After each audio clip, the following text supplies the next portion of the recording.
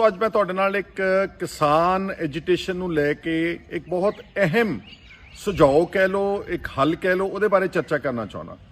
ਸਾਰੀ ਦੁਨੀਆ ਦੇ ਵਿੱਚ ਇੱਕ ਬੜਾ ਪ੍ਰਚਲਿਤ ਸਿਸਟਮ ਹੈ ਕਿ ਜਦੋਂ ਕੋਈ ਡੈਡਲੌਕ ਹੋ ਜਾਂਦਾ ਕਿਸੇ ਮੁੱਦਿਆਂ ਦੇ ਉੱਤੇ, ਸਰਕਾਰਾਂ ਦੇ ਦਰਮਿਆਨ ਤੇ ਜਿਹੜੇ ਲੋਕ ਸੰਘਰਸ਼ ਕਰਦੇ ਉਹਨਾਂ ਦੇ ਦਰਮਿਆਨ ਡੈਡਲੌਕ ਹੋ ਜਾਂਦਾ, ਤੇ ਜਿਹੜਾ ਲੋਕਤੰਤਰਿਕ ਤਰੀਕਾ ਵਾ, ਡੈਮੋਕ੍ਰੈਟਿਕ ਉਹਦਾ ਸੋਲੂਸ਼ਨ ਹੈਗਾ, ਉਸ ਨੂੰ ਕਹਿੰਦੇ ਨੇ ਰੈਫਰੈਂਡਮ। ਅੱਜ ਕੀ ਹੋ ਰਿਹਾ ਕਿ ਕਿਸਾਨ ਜਥੇਬੰਦੀਆਂ ਕਈ ਮਹੀਨਿਆਂ ਦੀਆਂ ਪਹਿਲਾਂ ਪੰਜਾਬ ਦੇ ਵਿੱਚ ਸੰਘਰਸ਼ ਕੀਤਾ, ਤੇ ਜਦੋਂ ਬੀਜੇਪੀ ਦੀ ਸਰਕਾਰ ਤੇ ਮੋਦੀ ਸਰਕਾਰ ਉਹਨਾਂ ਦੀ ਕੋਈ ਪਰਵਾਹ ਨਹੀਂ ਕੀਤੀ, ਉਹਨਾਂ ਨੇ ਆਪਣਾ ਜਿਹੜਾ ਅੰਦੋਲਨ ਸੀਗਾ ਉਹ ਦਿੱਲੀ ਜਾ ਕੇ ਪਹੁੰਚ ਕੇ, ਔਰ ਜਿਸ ਢੰਗ ਦੇ ਨਾਲ ਉਹ ਦਿੱਲੀ ਪਹੁੰਚੇ, ਜਿਸ ਬਹਾਦਰੀ ਦੇ ਨਾਲ, ਔਰ ਪਿਛਲੇ ਕਾਫੀ ਦਿਨਾਂ ਤੋਂ ਦਿੱਲੀ ਦੇ ਵਿੱਚ ਬਾਰਡਰ ਦੇ ਬਾਹਰ ਸ਼ਾਂਤਮਈ ਢੰਗ ਦੇ ਨਾਲ ਬੈਠੇ ਨੇ। ਇਹ ਇੰਨੇ ਜਜ਼ਬਾਤਾਂ ਦੇ ਬਾਵਜੂਦ ਪੰਜਾਬ ਦੀ ਵਿਧਾਨ ਸਭਾ ਪੂਰਾ ਮਤਾ ਪਾਸ ਕਰ ਦਿੰਦੀ ਆ, 3.25 ਕਰੋੜ ਲੋਕਾਂ ਦੇ ਜਜ਼ਬਾਤਾਂ ਦੀ ਤਰਜਮਾਨੀ ਕਰਕੇ ਕਾਨੂੰਨ, ਖੇਤੀ ਕਾਨੂੰਨਾਂ ਨੂੰ ਰੱਦ ਕਰ ਦਿੰਦੀ ਆ। ਇਹਨਾਂ ਸਾਰੀਆਂ ਗੱਲਾਂ ਦੇ ਬਾਵਜੂਦ ਮੋਦੀ ਸਾਹਿਬ ਦੀ ਸਰਕਾਰ ਟਸ ਤੋਂ ਮਸ ਨਹੀਂ ਹੋ ਰਹੀ। ਚਾਹੇ ਉਹਨਾਂ ਨੇ ਗੱਲਬਾਤ ਕੀਤੀ ਆ 5-4 ਵਾਰੀ, 5-6 ਦੌਰ ਦੀ ਗੱਲਬਾਤ ਕੀਤੀ, ਲੇਕਿਨ ਉਹ ਬੇਸਿੱਟਾ ਨਿਕਲੀ ਹੈ। ਔਰ ਅਫਸੋਸਨਾਕ ਇਹ ਗੱਲ ਹੈ ਕਿ ਪ੍ਰਾਈਮ ਮਿਨਿਸਟਰ ਮੋਦੀ ਸਾਹਿਬ ਆਪ ਅੱਜ ਤੱਕ ਵਜ਼ਾਹਤ ਕਰ ਰਹੇ ਨੇ ਕਿ ਜਿਹੜੇ ਕਾਨੂੰਨ ਬਣਾਏ ਨੇ ਅਸੀਂ ਬਹੁਤ ਅੱਛੇ ਨੇ ਕਿਸਾਨਾਂ ਦੇ ਵਾਸਤੇ। ਕੱਲ ਉਹਨਾਂ ਨੇ ਇੱਕ ਇੰਡਸਟਰੀ ਦੇ ਫਿੱਕੀ ਦੇ ਫੋਰਮ ਦੇ ਉੱਤੇ ਜਾ ਕੇ ਇੱਕ ਵਾਰ ਫਿਰ ਕਿਹਾ ਕਿ ਇਹ ਜਿਹੜੇ ਕਾਨੂੰਨ ਬਣਾਏ ਨੇ ਅਸੀਂ ਕਿਸਾਨ ਹਿਤੈਸ਼ੀ ਨੇ ਤੇ ਦੇਸ਼ ਨੂੰ ਤੇ ਕਿਸਾਨਾਂ ਨੂੰ ਉਹਦੇ ਨਾਲ ਲਾਭ ਹੋਵੇਗਾ। ਜਦ ਕਿ ਪੰਜਾਬ ਤੇ ਹਰਿਆਣਾ, ਉੱਤਰ ਪ੍ਰਦੇਸ਼ ਤੇ ਰਾਜਸਥਾਨ ਤੇ ਬਹੁਤ ਸਾਰੇ ਸੂਬਿਆਂ ਦੇ ਕਿਸਾਨ ਹਾਹਾਕਾਰ ਮਚੀ ਹੋਈ ਆ, ਇੱਥੋਂ ਤੱਕ ਕਿ 11 ਕਿਸਾਨ ਇਸ ਅੰਦੋਲਨ ਵਿੱਚ ਮਾਰੇ ਜਾ ਚੁੱਕੇ ਨੇ। ਤੋਂ ਸਾਰੀਆਂ ਗੱਲਾਂ ਦਾ ਨਿਰਾਦਰ ਕਰਦਿਆਂ ਹੋਇਆਂ, ਸਭ ਜਮਹੂਰੀ ਢੰਗ ਤਰੀਕਿਆਂ ਨੂੰ ਛਿੱਕੇ ਤੇ ਟੰਗਦਿਆਂ ਹੋਇਆਂ ਸਾਡੇ ਦੇਸ਼ ਦੇ ਜਿਹੜੇ ਪ੍ਰਧਾਨ ਮੰਤਰੀ ਨੇ ਉਹ ਬਜਿੱਦ ਹੋਏ ਨੇ। ਹੁਣ ਜਦੋਂ ਇਹੋ ਜਿਹੇ ਹਾਲਾਤ ਹੋਣ ਪੈਦਾ ਕਿ ਸਰਕਾਰ ਆਪਣੇ ਸਟੈਂਡ ਤੇ ਅੜ ਜੇ ਤੇ ਜਿਹੜੇ ਕਿਸਾਨ ਜਥੇਬੰਦੀਆਂ ਤੇ ਕਿਸਾਨ ਤੇ ਨੌਜਵਾਨ ਉਹ ਤਾਂ ਪਿੱਛੇ ਹਟਣ ਵਾਲੇ ਨਹੀਂ ਗਏ, ਉਹ ਤਾਂ 6-6 ਮਹੀਨੇ ਦਾ ਰਾਸ਼ਨ ਲੈ ਕੇ ਗਏ। ਹੁਣ ਇਸ ਗੱਲ ਦਾ ਫਿਰ ਹੱਲ ਇੱਕੋ ਇੱਕ ਡੈਮੋਕ੍ਰੈਟਿਕ ਤਰੀਕਾ ਅੱਜ ਦੇ ਯੁੱਗ ਵਿੱਚ ਉਹ ਰੈਫਰੈਂਡਮ ਦੇ ਰਾਹੀਂ ਪੰਜਾਬ ਦੇ ਵਿੱਚ ਅਗਰ ਕੇਂਦਰ ਸਰਕਾਰ ਜਜ਼ਬਾਤ ਵਾਕਈ ਲੋਕਾਂ ਦੇ ਜਾਣਨਾ ਚਾਹੁੰਦੀ, ਉਹ ਕਹਿੰਦੀ ਕਿ ਬਹੁਤ ਚੰਗਾ ਤੁਹਾਡੇ ਲਈ, ਅਸੀਂ ਕਹਿੰਦੇ ਸਾਡੇ ਲਈ ਬਹੁਤ ਮਾੜਾ ਵਾ, ਤਾਂ ਪੰਜਾਬ ਜਾਂ ਹਰਿਆਣਾ ਆਲਸੋ ਇਹਨਾਂ ਦੋਨਾਂ ਸਟੇਟਾਂ ਦੇ ਵਿੱਚ ਇੱਕ ਰੈਫਰੈਂਡਮ ਕਰਾਇਆ ਜਾਵੇ, ਇੱਕ ਵੋਟ ਪਵਾਈ ਜਾਵੇ, ਔਰ ਜਿਹੜਾ ਵੋਟ ਜਿੱਤ ਜੇਗਾ ਉਸ ਦੀ ਉਹਦੀਆਂ ਮੰਗਾਂ ਪ੍ਰਵਾਨ ਹੋ ਜਾਣੇ ਚਾਹੀਦੀਆਂ। ਜੇ ਬੀਜੇਪੀ ਪੰਜਾਬ ਦੇ ਵਿੱਚ ਜਿੱਤ ਜਾਂਦੀ ਆ, ਅਸੀਂ ਸਵੀਕਾਰ ਕਰ ਲਾਂਗੇ ਕਿ ਅਸੀਂ ਇਹ ਕਾਨੂੰਨ ਸਾਡੇ ਉੱਤੇ ਲਾਗੂ ਕੀਤੇ ਜਾਣ। ਪਰ ਜੇ ਪੰਜਾਬ ਦੇ ਲੋਕ ਫਤਿਹ ਪਾਉਂਦੇ ਨੇ, ਪੰਜਾਬ ਦੇ ਹਰ ਵਰਗ ਦੇ ਲੋਕ ਇਸ ਸੰਘਰਸ਼ ਦੇ ਨਾਲ ਜੁੜੇ ਹੋਏ ਨੇ, ਜੇ ਅਸੀਂ ਰੈਫਰੈਂਡਮ ਜਿੱਤਦੇ ਹਾਂ ਤੇ ਫਿਰ ਮੋਦੀ ਸਰਕਾਰ ਨੂੰ ਤੇ ਬੀਜੇਪੀ ਸਰਕਾਰ ਨੂੰ ਆਪਣੇ ਕਾਲੇ ਕਾਨੂੰਨ ਵਾਪਸ ਲੈਣੇ ਪੈਣਗੇ। ਔਰ ਇਹਦੇ 'ਚ ਕੋਈ ਸ਼ਰਮ ਵਾਲੀ ਗੱਲ ਨਹੀਂ ਗੀ, ਇਹ ਬਹੁ ਗਿਣਤੀ ਦਾ ਫੈਸਲਾ ਹੋਵੇਗਾ। ਇਹਦੇ 'ਚ ਅੱਜ ਜੇ ਪ੍ਰਾਈਮ ਮਿਨਿਸਟਰ ਮੋਦੀ ਤੇ ਬੀਜੇਪੀ ਰਾਜ ਕਰ ਰਹੇ ਨੇ ਦੇਸ਼ ਦੇ, ਤਾਂ ਬਹੁ ਗਿਣਤੀ ਦੇ ਫੈਸਲੇ ਨਾ ਕਰ ਰਹੇ ਨੇ ਨਾ।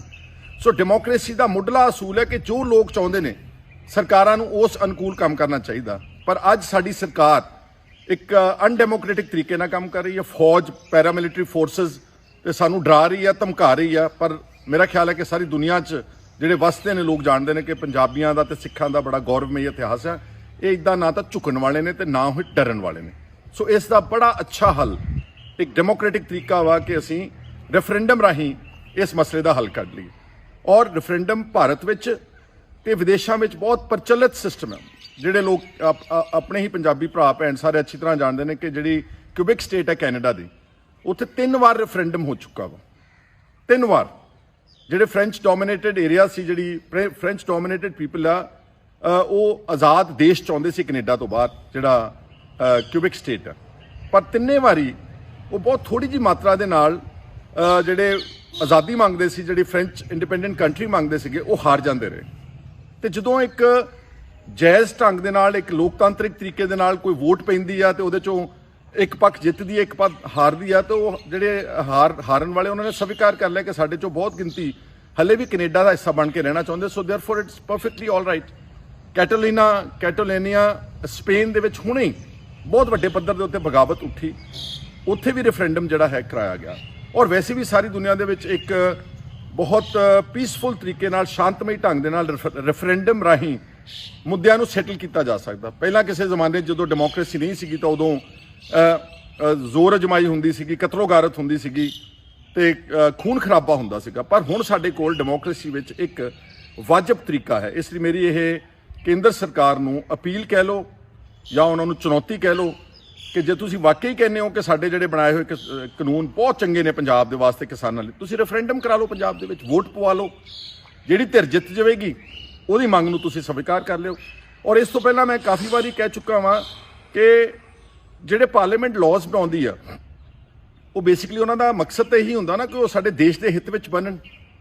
ਤੇ ਜਦੋਂ ਕੋਈ ਕਾਨੂੰਨ ਕਿਸੇ ਸਟੇਟ ਨੂੰ ਪ੍ਰਵਾਨ ਨਹੀਂਗਾ, ਕਿਉਂਕਿ ਸਾਡਾ ਦੇਸ਼ ਬਹੁਤ ਡਾਈਵਰਸ ਕੰਟਰੀ ਹੈ, ਇਹਦੇ ਵੱਖ-ਵੱਖ ਧਰਮ ਨੇ, ਵੱਖ-ਵੱਖ ਭਾਸ਼ਾਵਾਂ ਨੇ, ਵੱਖ-ਵੱਖ ਪਹਿਰਾਵਾ ਵਾ ਔਰ ਵੱਖ-ਵੱਖ ਸੱਭਿਆਚਾਰ ਹੈ।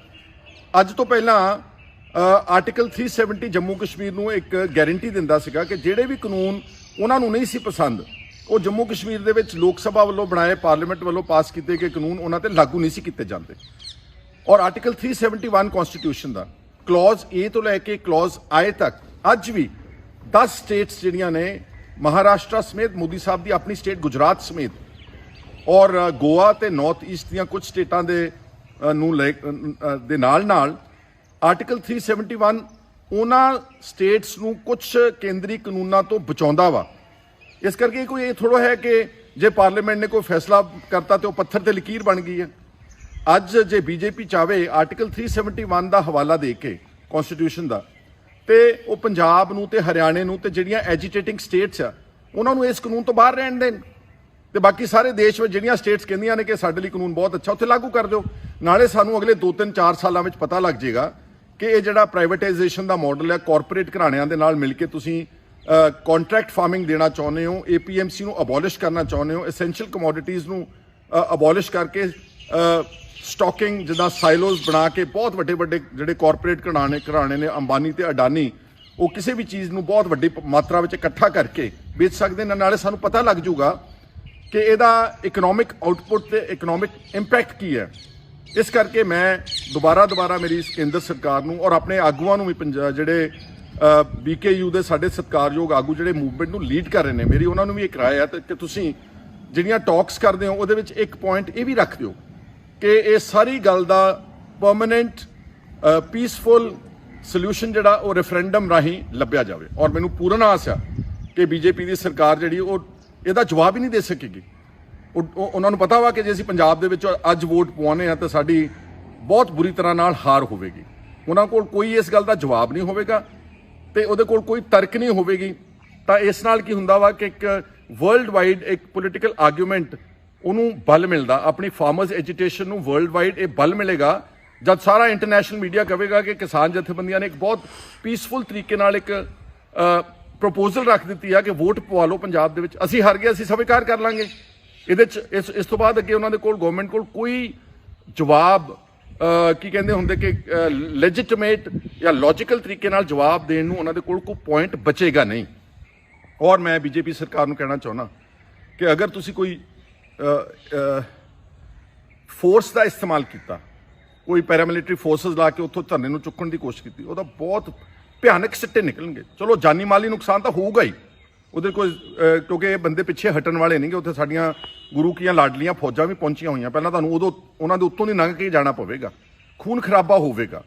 ਔਰ ਇੱਕ ਕਾਲਾ ਧੱਬਾ ਲੱਗਾ ਨਾ ਪਾਰਲੀਮੈਂਟ, ਇੰਡੀਅਨ ਡੈਮੋਕ੍ਰੇਸੀ ਤੇ ਕ੍ਰਿਮੀਨਲ ਜਸਟਿਸ ਸਿਸਟਮ ਤੇ ਪਹਿਲਾਂ 36 ਸਾਲ ਪਹਿਲਾਂ ਸਿੱਖਾਂ ਦੇ ਕਤਲੇਆਮ ਦਾ ਦਿੱਲੀ ਵਿੱਚ ਤੇ ਦੇਸ਼ ਵਿੱਚ, ਉਸ ਤੋਂ ਬਾਅਦ ਗੁਜਰਾਤ ਦੇ ਦੰਗਿਆਂ ਵਿੱਚ, ਗੋਦਰਾ ਬੈਸਟ ਬੇਕਰੀ ਕਾਂਡ ਵਿੱਚ, ਮੇਰਠ ਦੇ ਵਿੱਚ ਮਿੱਥ ਕੇ ਜਦੋਂ ਸਟੇਟ ਸਪਾਂਸਰਡ ਰਾਈਟਸ ਕੀਤੇ ਜਾਂਦੇ ਨੇ, ਉਹ ਬਹੁਤ ਵੱਡਾ ਕਾਲਾ ਧੱਬਾ ਆਉਣ ਵਾਲੇ ਕਈ ਦਹਾਕਿਆਂ ਤੱਕ ਭਾਰਤ ਦੀ ਜਮਹੂਰੀਅਤ ਤੇ ਭਾਰਤ ਦੀ ਡੈਮੋਕ੍ਰੇਸੀ ਦੇ ਉੱਤੇ ਦੁਬਾਰਾ ਲੱਗੇਗਾ ਅਗਰ ਤੁਸੀਂ ਕੋਈ ਗਲਤੀ ਕੀਤੀ। ਇਸ ਕਰਕੇ ਔਰ ਪੰਜਾਬ ਨੂੰ ਤੁਸੀਂ ਫਰਦਰ ਵੱਡੇ ਪੱਧਰ ਦੇ ਉੱਤੇ ਉਹਨੂੰ ਪੋਲੀਟੀਕਲ ਮੇਨ ਸਟ੍ਰੀਮ ਚੋਂ ਐਲੀਨੇਟ ਕਰੋਗੇ, ਉਹਨੂੰ ਬਾਹਰ ਕੱਢ ਦੋਗੇ ਤੁਸੀਂ। ਔਰ ਸਾਡਾ ਪੰਜਾਬ ਪਹਿਲਾਂ ਇਹ ਭੁਗਤ ਚੁੱਕਾ ਵਾ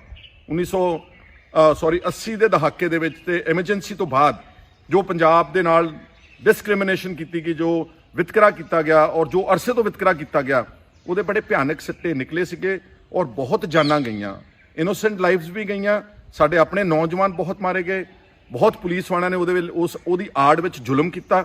ਇਸ ਕਰਕੇ ਉਮੀਦ ਕਰਦੇ ਹਾਂ ਕਿ ਕੇਂਦਰ ਸਰਕਾਰ